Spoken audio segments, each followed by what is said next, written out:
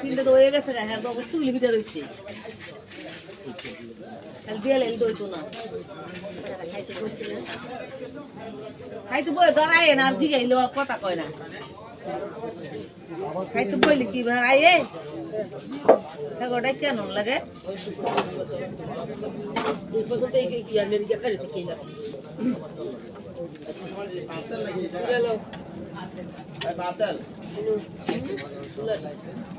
Suman